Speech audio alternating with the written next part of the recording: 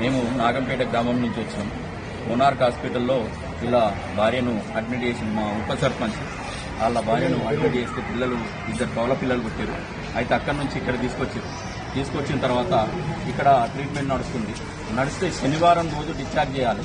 శనివారం రోజు నుంచి ఇప్పటి వరకు వాళ్ళు ప్రతిరోజు 2,80,000 నుంచి 2,80,000 అయిందని చెప్పేసి బిల్లు అన్నారు. 2,80,000 అయిందంటే 2,50,000 కడతాను మావాడు అన్నాడు. అన్న తర్వాత ఈయనను ఆ 2,50,000 తెల్లారి వచ్చేసరికి 3 లక్షలు అయింది.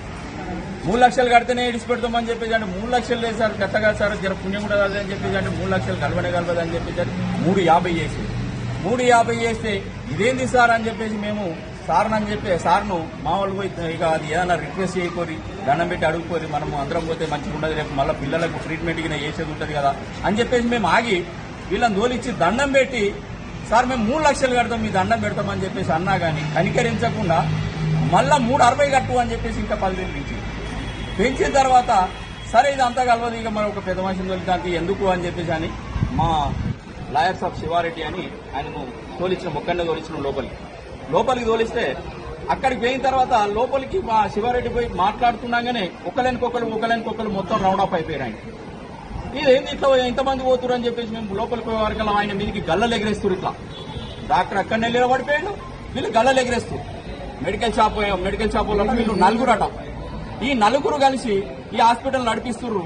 ఈ హాస్పిటల్లో దౌర్జన్యంగా బిల్లులు వసూలు చేసుకుంటూ గరీబోలను ఇబ్బంది చేసుకుంటూ మొత్తం ఇక్కడ ఈ హాస్పిటల్ యాజమాన్యం మొత్తం ఎట్లుందంటే మోనార్క్ హాస్పిటల్ కు దీనికి సంబంధం పెట్టుకుని ఈ హాస్పిటల్ అందరూ ముక్కుమ్మడిగా ఈ 2 హాస్పిటల్ కలిపి ఇవాళ మావుని దౌర్జన్యంగా పైసలు 4,50,000 కట్టేంత వరకు ఇవ్వమని చెప్పేసి అంటున్నారు.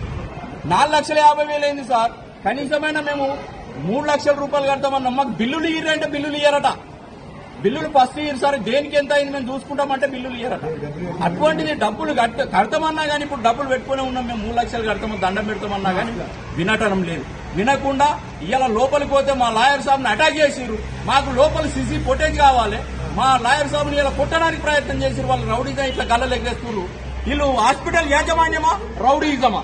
మాకు ఇది కావాలి కంపల్సరీ. దయచేసి మీ ఏదైనా సరే ఈ హాస్పిటల్ విషయంలో మొత్తము దీనికి ఏ రకంగా ప్రొసీజర్ ఉంటుందో దాని ప్రకారంగా వీళ్ళను ఈ హాస్పిటల్ను చర్య తీసుకోవాలని కోరుకుంటున్నాం.